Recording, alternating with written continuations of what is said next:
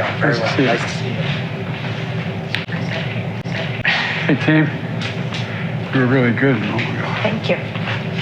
And we can see, for example, from today's GDP report that growth in private demand has slowed.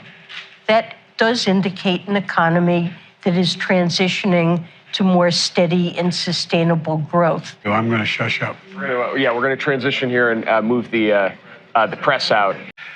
One of the things that I find is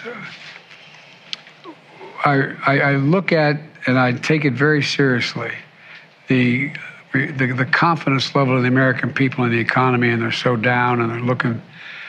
There's reason to be down, but I started thinking about it, and Brian and you and I talked about it just a little bit. You know, the first year we were able to, with the rescue plan, we were able to send them a check for $8,000.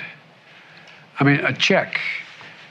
One, and beyond that, by the way, there's more than that. But if you're making $120,000 and you get a check for $8,000, that's a lot of money. And so it helped save a lot of people in terms of getting thrown out of their homes and rental housing and a whole range of things. But I started thinking about it, just as somebody who's raised a middle-class kid.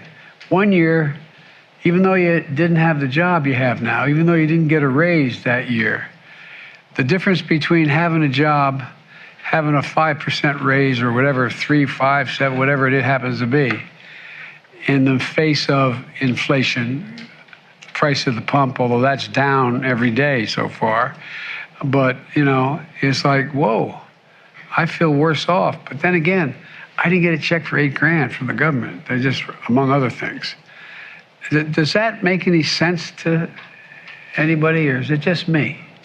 As a Fox News digital review shows, at least 14 of Hunter Biden's business associates met with then Vice President Biden, ranging from Mexican billionaires to a former Colombian president to Ukrainian and Russian energy executives. Yet Biden consistently denies it. Mr. Vice President, how many times have you ever spoken to your son about his overseas business dealings? I've never spoken to my son about his overseas business dealings. I want to put up on the screen a poll number. Take a look at this. Do you think the economy is in a recession? 64% already believe the U.S. is in a recession. So what do you say to them? I say that makes perfect sense to me, that people would answer a poll with that kind of a response. The Inflation Reduction Act will add another $370 billion in clean energy tax credits in reconciliation, including incentives to accelerate domestic production of solar panels, wind turbines, batteries, and critical materials processing.